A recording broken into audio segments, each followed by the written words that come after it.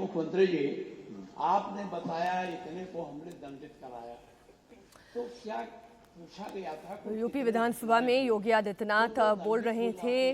उन्होंने महिला सुरक्षा को लेकर तमाम बातें कही कि महिलाओं के खिलाफ हो रहे अपराध पर अंकुश लगाने के लिए किस तरह से महिलाओं की पुलिस थानों में भर्तियों को बढ़ाया गया है और आगे भी कैसे महिलाओं की सुरक्षा को लेकर प्रदेश की सरकार सचेत है, सजग है।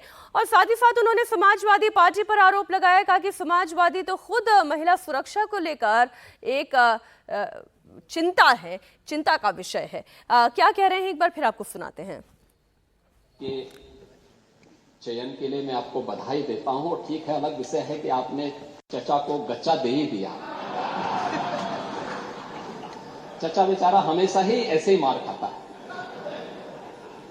उनकी नियति ही ऐसी है, क्योंकि भतीजा हमेशा भयभीत रहता है।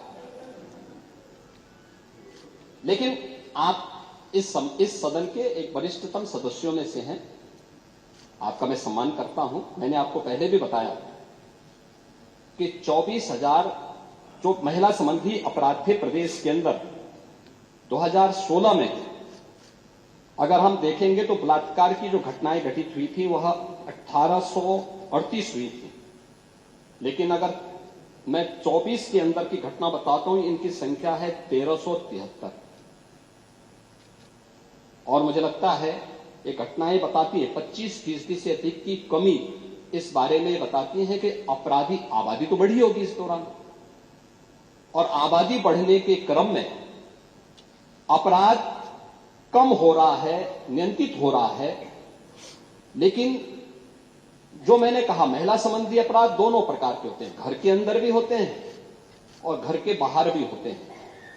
दोनों के लिए सरकार ने उस प्रकार की सेवाएं भी उपलब्ध की हैं। घरेलू हिंसा से संबंधित मामलों में 181 की सेवा है।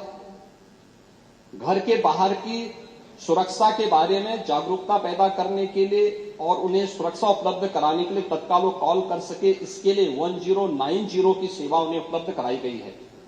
लेकिन साथ साथ क्विक रिस्पांस टीम 112, इन दोनों के साथ इंटीग्रेट करके अगर कहीं भी कोई अपराध होता है, अगर इन तीनों में से किसी को भी कॉल करेंगे तो वहां पर आपको सेवा उपलब्ध होगी इसके बारे में। लेकिन इस पे समय पे चार्जशीट दाखिल करना, डिस्ट्रिक्ट मॉनिटरिंग कमेटी की बैठक के साथ जुडिशरी के साथ बेहतर तालमेल बना करके इस प्रकार के मामलों में समय पे अपराधियों को सजा दिलाने के लिए एक प्रोसिक्यूशन को आगे बढ़ाना और अपराधियों को सजा दिला दी जाए, ये महत्वपूर्ण है। उसी का परिणाम है जो मैंने आपको पहले बताया कि अगर महिला संबंधी जो उनके महिलाओं के विरुद्ध और पास्को संबंधित अपराधों में अब तक हम लोगों ने 16,718 अभियुक्तों को अब तक सजा दिलाई है।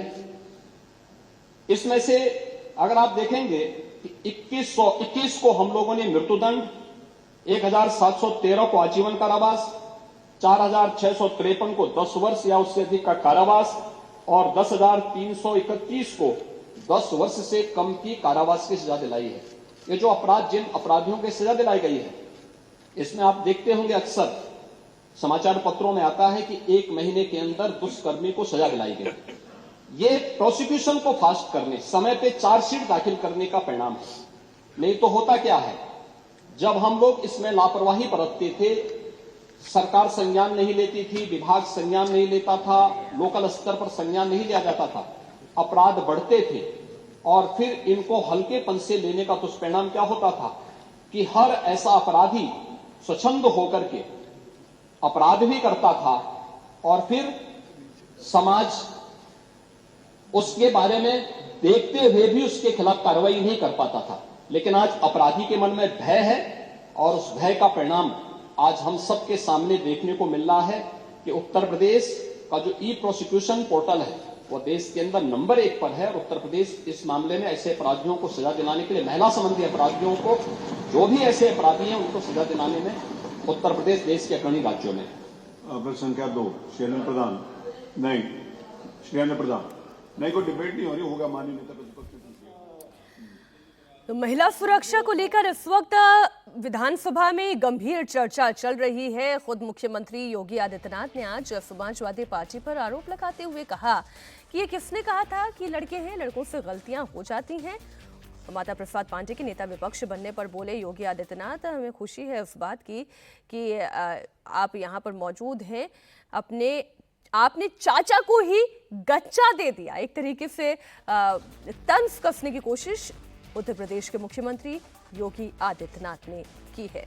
महिला अपराध में समाजवादी पार्टी के लोग ही पाए जाते थे। महिलाओं की सुरक्षा को लेकर उत्तर प्रदेश सरकार क्या क्या कदम उठा रही है, उनका जिक्र करते हुए विपक्ष पर निशाना भी साधा मुख्यमंत्री योगी आदित्यनाथ ने।